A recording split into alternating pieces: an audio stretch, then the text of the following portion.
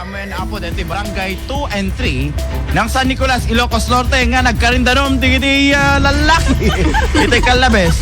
Dita, tao na nagkarindanom kay manen. Hindi man namin dita nga San Nicolas with Idol Lawrence. Tutong Bagyo IFM News Special Coverage. Go ahead. Kalpasan ang nagtudo iti napigsa, iti malam kalman, kat kastoy iti kaalistuna, adi makkel ti danom iti nagbedngan iti barangay 2 ken 3 iti ili ti San Nicolas.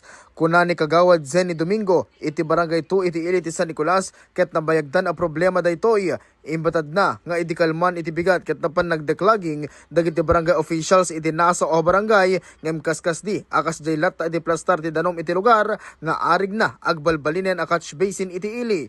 Inlayon ti kagawad nga amo ti LGU iti daytoy a problema ken kunana a maisagsaganan ti flood control project akaraman iti barangay da. Pag-aamok ka siguro adot ninang bangyan tatang kadigiti tatta so nga saan nga makapag napintas ti panagayos ti danom iti canals.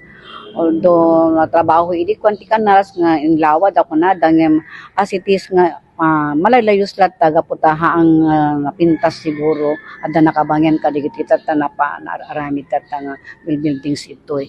Ket adda iti maangay nga deklaging nagaduma ngem Jaka mono apay nga kaswilatan nga nakalaalisto nga malapunos ti kalkalsada nang runay at nga malem. Ket nakabibit pa lang titudo. Nag-agreklamo di kiti tattaon rumardan na kunada.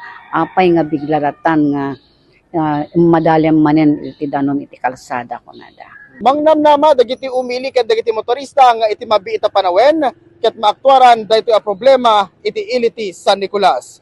Para iti IFM News, Idol Lawrence Martinez, Tatak, RMN.